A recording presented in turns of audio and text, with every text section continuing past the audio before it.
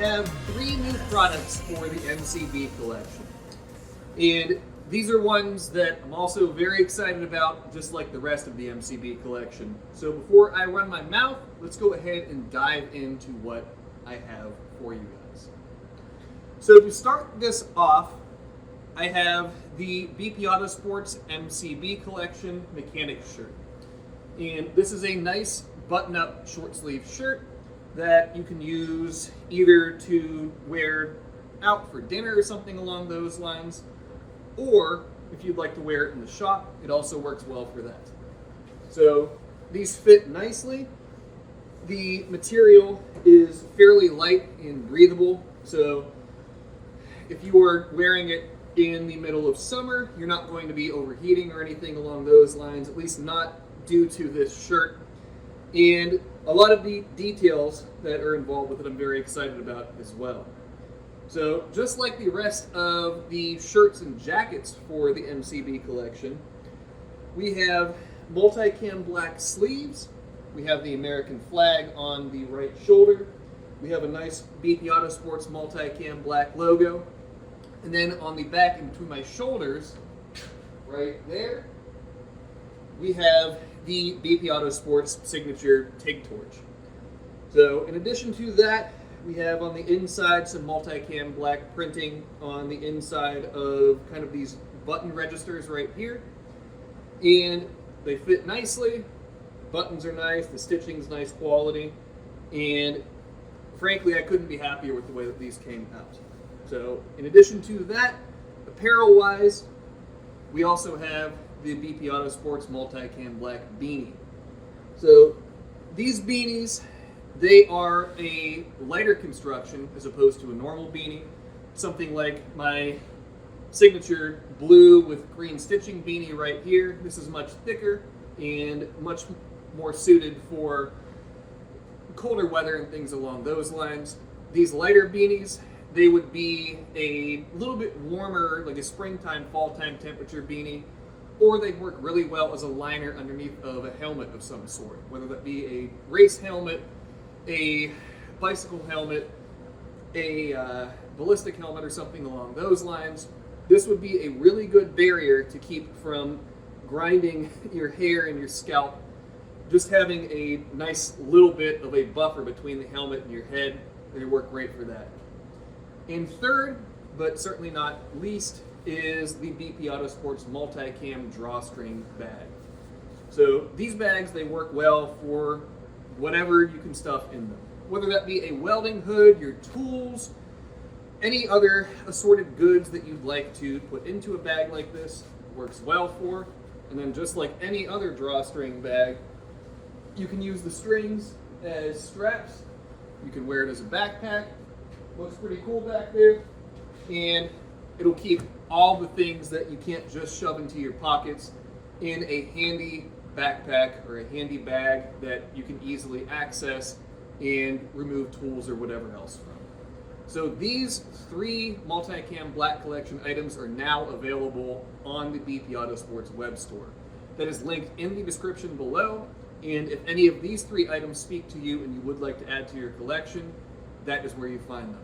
If not, I have other items that are coming as part of the multi-cam black collection, probably the 3rd portion of this drop, and will more than likely be the final one. But with all of that being said, that's enough of me for right now, or at least me running my mouth about this multi-cam black collection. Let's go ahead and get to the video.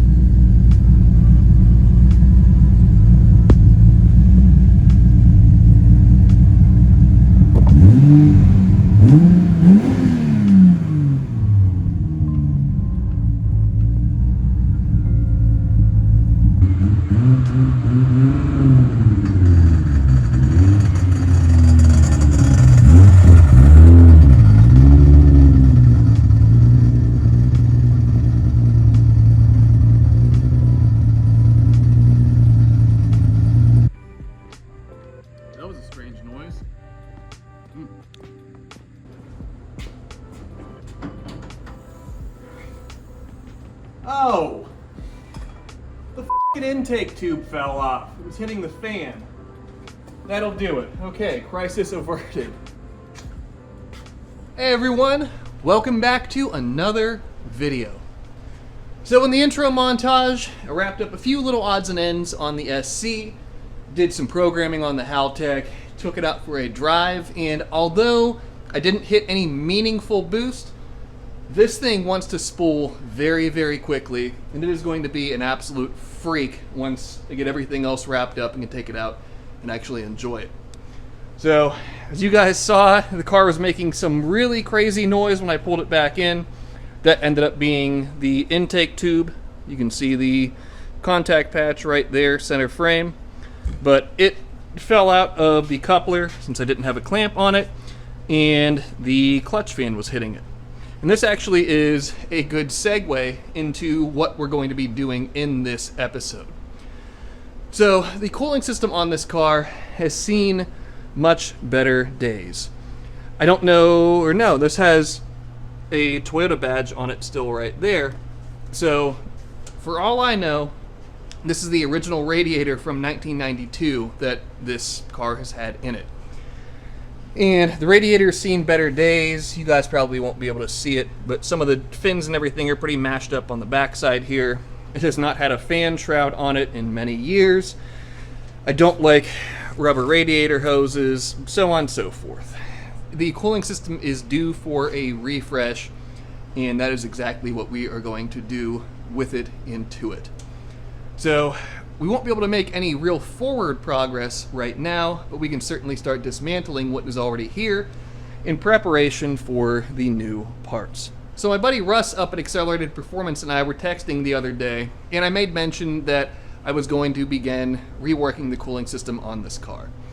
And I said I was looking at an eBay Radiator for it. I'd put an offer in on it and everything else.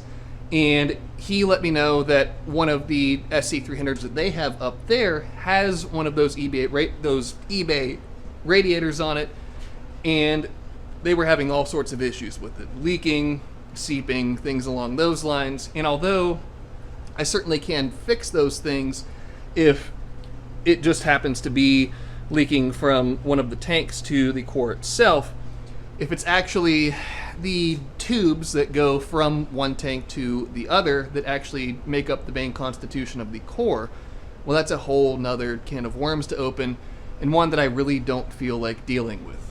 So it just so happens they have an old Mark IV Supra fluidine radiator there that they said it has been sitting there for many, many years, and they're kind enough to give me that radiator for this car. So in going with that, we'll be getting rid of the old clutch fan. Obviously the radiator will be swapped out for the fluidine one, and I'll do some other modifications to it. We will get rid of this old coolant overflow, and I'll make a new one of those. And to wrap it all up, I'll build an aluminum fan shroud for the new radiator and an electric fan once I can figure out what the height of the new radiator actually is. Now I went ahead and I ran this little harness right here that will be the trigger wires or the signal ground and a 12-volt switched power source for another relay that will actually control the fan. We'll get into the wiring and all of it later, but for right now what I need to do is A, wait for the car to cool down a little bit since I was just out playing around with it, and then B, we need to get the old radiator out of here and figure out what exactly needs to happen, what materials need to be ordered, so on and so forth, to get the new radiator in the car with its new fan, everything along those lines.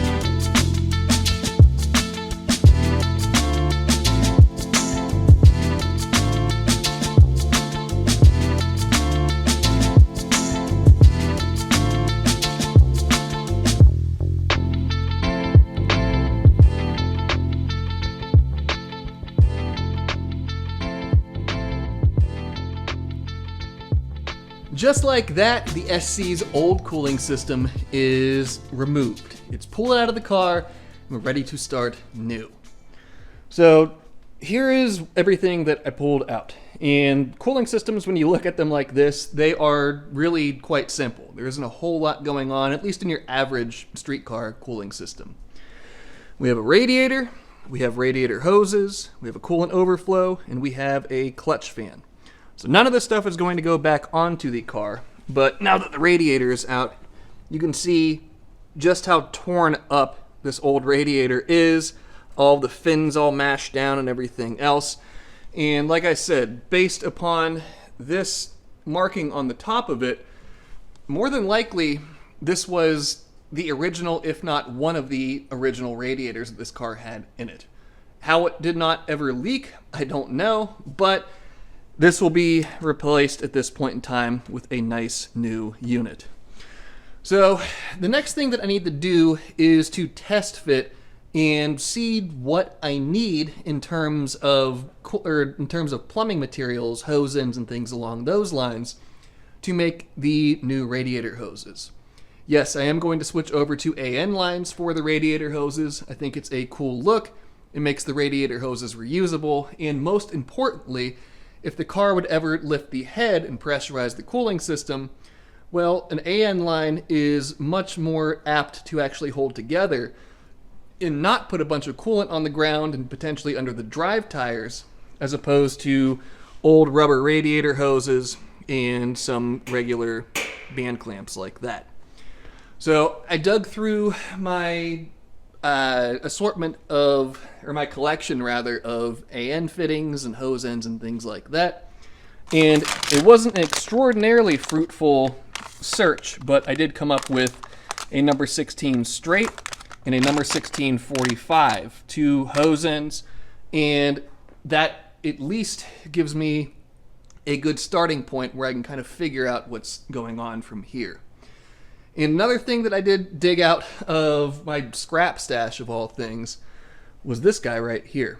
This is the Mark IV's old fluidine radiator, and you can see with the bowing that it has, the car more than likely was making a little bit of coolant pressure, but that doesn't matter at this point in time. And all that we're going to use this for is to test fit in the SC and try to figure out what I need, like I said, in terms of hose ends and hose and things along those lines. So I need to pull the drain petcock out as well as this sensor.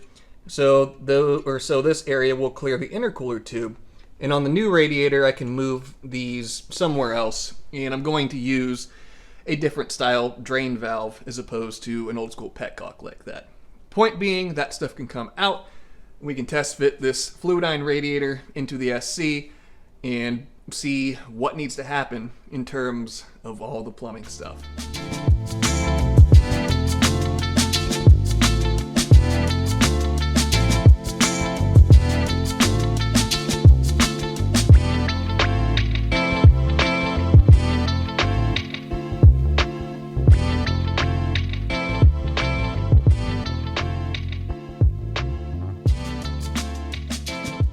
All of the plumbing materials for the SC's cooling system, as well as its fan relay, the actual electric fan itself, an air filter, and a couple of other little odds and ends, are all ordered for the car at this point in time.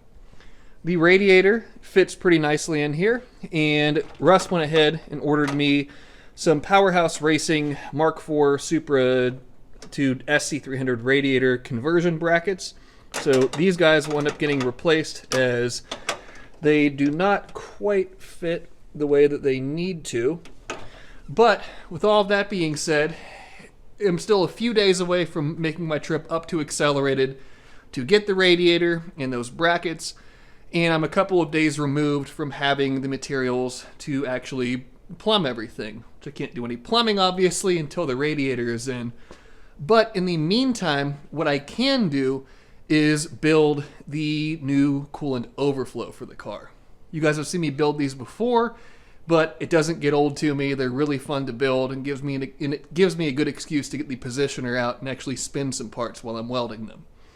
So I'm going to get out of here for today, but tomorrow when I come in, we can dive into that overflow project, get it knocked out, and get it ready for whenever the rest of the stuff is all squared away on the car to go in its home and be an integral part of this new cooling system. We're going to build the new coolant overflow for the SC today. So I have the materials, at least what I have on hand, laid out on the table here. We have a 3-inch hemisphere that will make up the bottom of the overflow.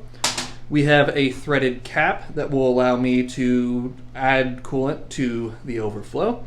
We have 2 1/8 NPT bungs that these will be kind of the, or not kind of, they will be the ports for the sight glass that will be on the side of it.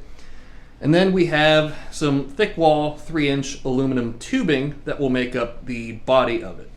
The only thing that I don't have out on the table right now is a piece of just aluminum sheet metal that I'll use to create the top that this cap will weld to and then fasten down to the top of the overflow. So, like I said before, I've made these a few times on the channel, but I always like building them. They're a fun project, and it's a fun, simple, and quick reward for your efforts. So, what I need to do is to cut a section off of this piece of tubing. I already measured out, and that should be 5 inches as shown by my note on the table here. And that should be about it for right this moment. So I'll cut the piece of tubing to that 5-inch length. I will make the piece that this cap will actually weld to. And then at that point in time, minus a little bit of prep work, it'll be time to start welding everything together and getting everything squared away.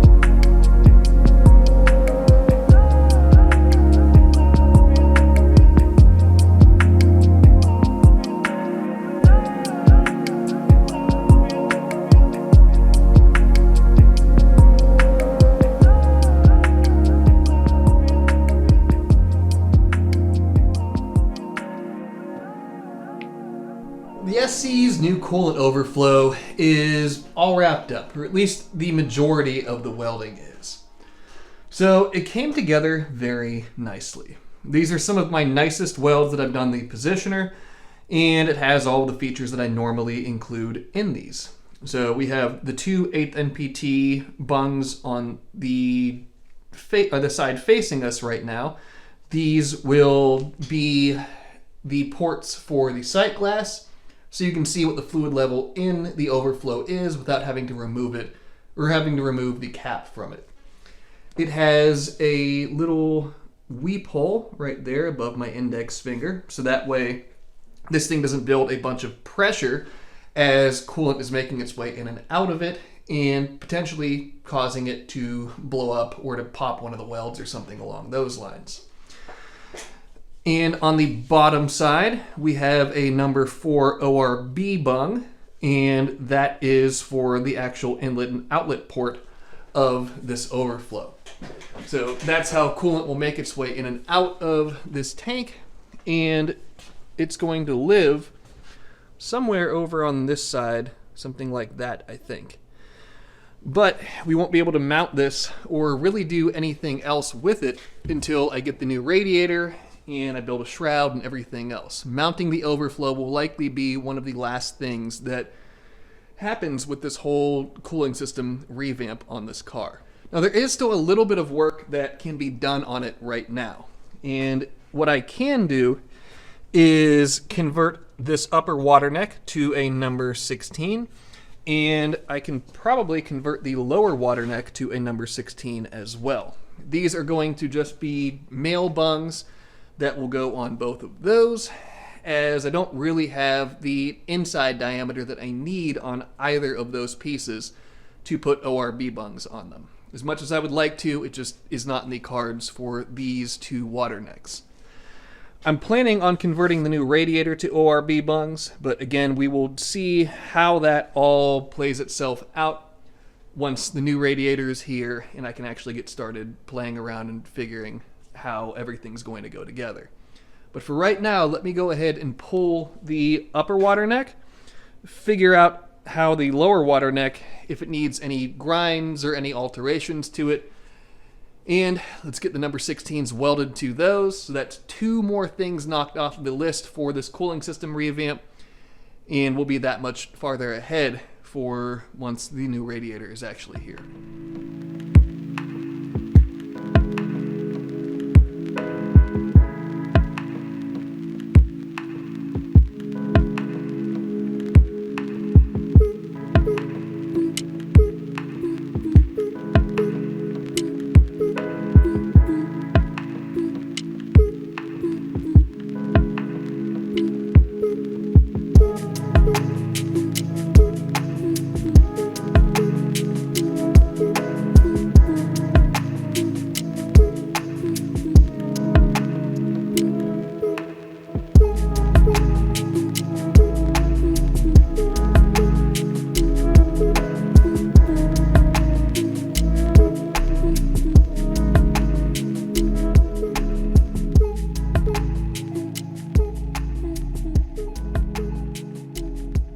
Yesterday I went up to Accelerated and I picked up the new radiator for the SC, and we're going to start working on it today. But first off, I wanted to show the finished result, the finished product of the AN conversion on the water necks. So the upper water neck is right there, came out pretty nicely. And the wrinkle coating, or the wrinkle spray paint that I applied to both the water necks and the compressor cover, I'll show the compressor cover in a minute, but it didn't come out great. I think it's probably a little bit too cold to be using that paint, but I digress. I'm going to try the compressor cover once more and try to get it squared away. But you won't be able to see the lower water neck all that well. You can see just the top side of it there, but its number 16 male bung is welded onto it as well, and we're just about ready to start running lines. So compressor cover, from this angle it looks okay. You can see there's a thin spot right there, but the part that bothers me is on the top side where it's still kind of glossy there. And I have an idea of how I can try to do this again to get the coating to lay on there correctly. And if these glossy spots were on the bottom side of the compressor cover, I wouldn't really care, but if I put the cover on in kind of its orientation, they're right on the top side in the most visible and high visual traffic area. So that will not work, and I'll try to get that squared away, probably off camera, and hopefully have it on the car by the end of this episode. But with all of that being said, the new radiator is right here. And it's a pretty nice piece, actually. Fins need to be straightened out a little bit, and you can see the inlet and the outlet have gotten kind of banged up. But for a free radiator, I can't complain about that at all. So what I'm going to do to start off today is to cut the inlet and the outlet off and convert them over to these number 16 ORB bungs. So whenever I'm putting fittings on something like this, or converting a radiator over to AN lines, if at all possible, I like to use ORB bungs and ORB fittings as opposed to just welding male fittings or male bungs onto the radiator. And the reason for that can be illustrated pretty nicely right here. So you can see how banged up and damaged this number 20 bung is, and if this radiator was going to go into service as it is right now, this would have to be cut off and I would have to weld a new number 20 on there. Kind of a pain. As opposed to putting an ORB bung in place, well, you can thread this male section in and out. If a damage like this were to occur, I can easily replace this male section, the whole taper and the threads and all of that, without having to do in-depth surgery. So that's the idea, and that's what I'm going to do with this. And without further ado, let's go ahead and get to cutting, get to knocking all of this out, and before too long, we'll be ready to weld the new ORB bungs in place.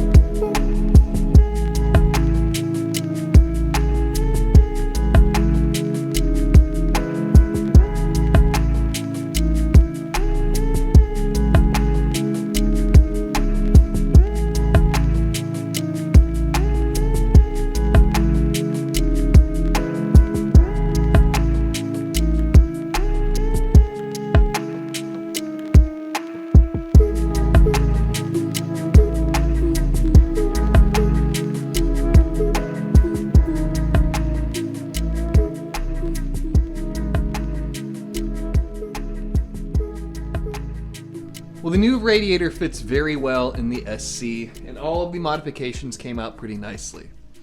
So I went ahead and I put a new fill neck on it so I could use one of these Moroso caps. And I did this so I wasn't married to a proprietary Fluidine cap. We have adapter brackets from Powerhouse Racing that allow me to put a Mark IV Supra radiator in the SC. And I ran into one issue up here with this upper radiator hose. I had to order a couple of other hose ends and fittings and so on and so forth to make it work. As the angles that I'm working with, if I put this straight hose end on here, we don't quite have the angle that we need. This 45 back here sits a little bit too high to make it down to this straight hose end, and it would also be advantageous to have this straight hose end sunk into the radiator a little bit more. So I ordered a direct to ORB straight hose end. I ordered a 60-degree hose end for this side, and hopefully I can make something work with those new options. But the lower radiator hose, I can certainly build that right now. You can see one hose end here, and then I'm not sure if you guys can see it. Oh yeah, you can. That hose end right there. So I can build the lower radiator hose right now, and then I'll be waiting for new materials to come in, new components rather, to knock out the upper radiator hose. So for the sake of making additional progress, let's go ahead and make the lower radiator hose, get that knocked out and squared away, and then we'll just knock out the upper hose whenever the new stuff comes in, and I can figure out the appropriate combination of components to fit everything in place.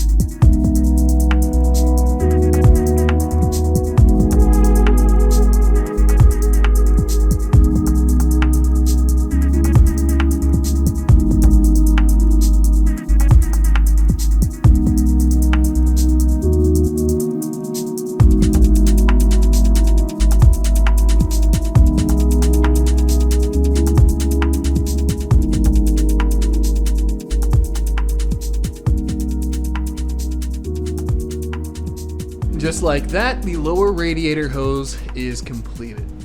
So it looks pretty nice in there. Yeah, I know it's a little bit dark right now, but you can see that it goes from point A to point B. Everything fits nicely, and I'm very happy with the end result of that hose. So like I said, I'll have to wait for new materials to come in so I can knock out the upper hose, but I will do that in the near future as soon as that stuff arrives. But in the meantime, I need to continue working on the shifter. So this is a project I started off camera, and I'm going to finish up right now. So I bought an Amazon short shifter for this car, as the old shifter was kind of worn out, and I have one issue with this, and that is if I want to go into first, third, or fifth, this whole portion of the center console is in the way because the shape of this shifter is quite a bit different than the factory one. I bought this knowing that I would end up having to do some modifications to it, and now the time is here to actually knock those modifications out. So what I'm going to do is cut the old shifter apart, and we go over and look at the old shifter. This will make a little bit more sense. But I'm going to take the OE shifter that has kind of an S-bend in it. If you guys can see that there, it has some curve to it. And I'm going to cut right below where the actual vertical portion of this factory shifter meets this bar. And I'll cut down towards the bottom, cut the bar off. And I'll use that center S-bend to put the shifter back in the position that it needs to be. And then whatever I cut off of the base of the shifter and whatever's left of it, I can figure out what height I want the shifter to actually be, get everything welded together, and get it knocked out. So without further ado, let's go ahead and get to it, get the shifter knocked out so the interior can go back together, and I can feel what this thing feels like with a shifter that actually doesn't have a ton of slop in it.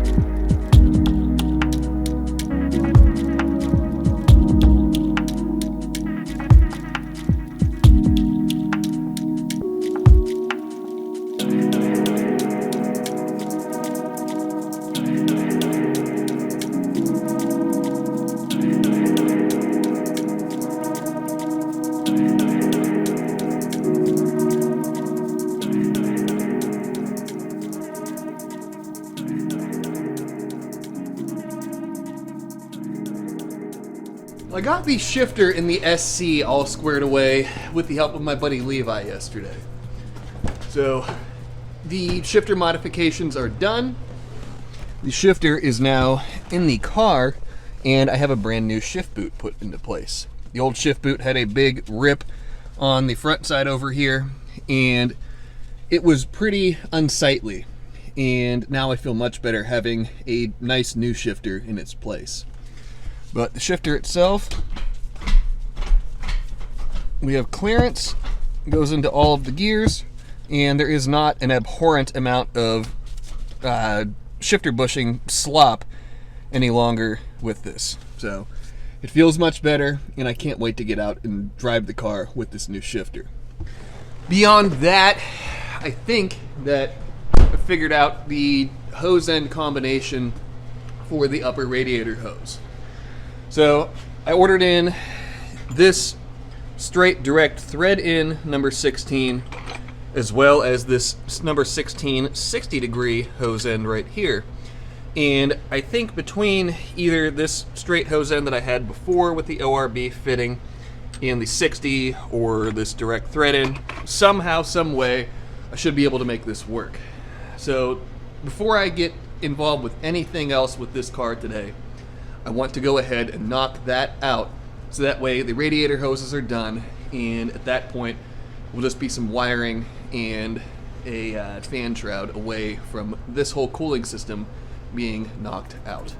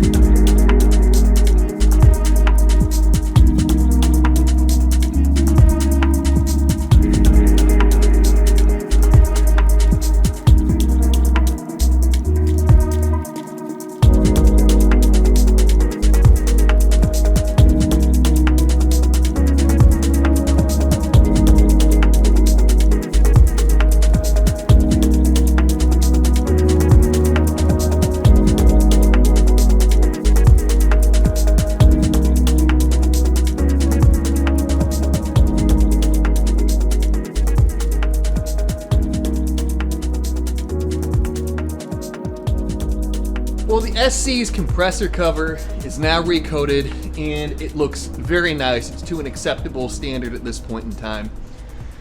The upper radiator hose is knocked out, lower radiator hose is knocked out, and I did change this up a little bit from the montage segment. Rather than running the ORB to 16 male adapter, I put the hose end that threads directly into the ORB bung into place, as it leaves a little bit more clearance and allows for a little bit easier assembly with this whole new cooling system. But with all of this stuff knocked out, I think this is a good place to end off this video. So the only thing left to do, or the only things rather left to do on the cooling system are to build a fan shroud, to wire in the fan relay and any fuse or circuit breaker that I'm going to use with that, and to fill it up with coolant, bleed it, burp it, and make sure this thing still runs nice and runs at a nice acceptable operating temperature. But those will be things that we'll knock out in the next episode, and I think we made enough progress in this video on this car for right now. So with all that being said, let's go ahead and wrap this one up. So thank you guys, as always, for coming along on all of these different journeys and all of these different adventures with me. The SC project is one that I'm very happy to be bringing back to life. I'm very excited for it, and I cannot wait for warm weather to be able to take this car out and enjoy it and relive some of my youth driving this car around and having fun with it. This car's been around for a long time, and I'm very happy to be bringing it back to life in arguably the best form that it has ever been in. Beyond that, we have some big projects upcoming for the Mark IV. I have some parts stashed all around the shop for it, and we'll get to that in the near future as well, and maybe even in the next episode or two. And then the biggest outstanding item is the Aristo back there. I have some things in motion for that car already as well. We will get to that in the, I won't say near future, but in the fairly near future, we'll put it that way. But that car, I'm really excited for it, and I just have to keep acquiring and stockpiling parts so that way we can hit the ground running when it's actually time to begin on that car. But with all of that being said, and before I run my suck anymore, that'll be the end of this one. So as always, be sure to subscribe, leave a like, leave a comment, check out the website for manifolds, for merch, for all things good that way, including the MCB collection. As you guys saw from the intro segment, I have some new items included in the MCB collection that are now available. And those new items, as well as the previously offered items, can all be found in the MCB collection link in the description below. So if any of those things speak to you, please feel free to scoop any of them up. And if not, well then hopefully something that I offer in the future does speak to you and you would like to add it to your collection. But with all of that being said, that will be the end of this one, and I will see you guys in the next episode.